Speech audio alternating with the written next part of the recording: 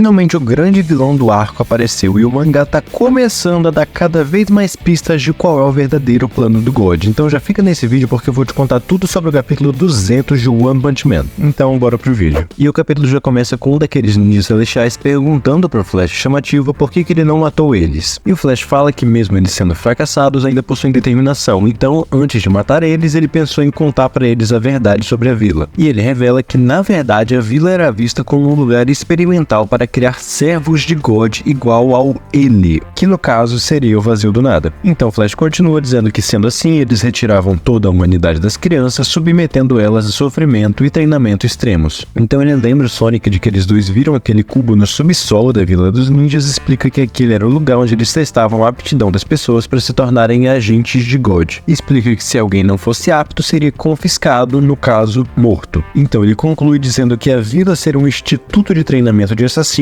era só uma fachada e que, resumidamente, eles até tiveram sucesso em se tornarem assassinos, mas que aos olhos do ele, eles não eram a elite, mas sim experimentos fracassados. E lembra que eu falei que esse capítulo pode ter dado pra gente algumas dicas de qual é o verdadeiro objetivo do God? Pois é, até onde a gente tem informações em One Punch Man, tudo dá a entender que o God de alguma forma foi selado muito tempo atrás. Não só isso, mas também de que antigamente ele possuía algum tipo de culto e algo aconteceu para selar ele. A gente pode ter um pouco de noção disso, por exemplo, por meio daquelas pinturas que existiam na caverna onde o Saitama enfrentou o Ryurochi. O ponto que eu quero chegar aqui é que o God de One Punch Man lembra muito monstros de horror cósmico, como os clássicos monstros Lovecraftianos. A gente sabe que existem vários desses cubos ou parts espalhados pelo mundo e que eles têm a possibilidade de transformar alguém em um servo de God e funcionam como uma forma de comunicação com ele. Além disso, o próprio Vazio do Nada é um servo de God e ele começou esse projeto já que ele fundou a Vila dos Ninjas, ou seja, ele foi atrás de procurar mais servos para God. Juntando isso tudo, eu acabei pensando que talvez o objetivo de God seja reunir um grande número de pessoas que seja fiel a ele. E ele está fazendo isso justamente porque ele precisa disso para se soltar daquele selo.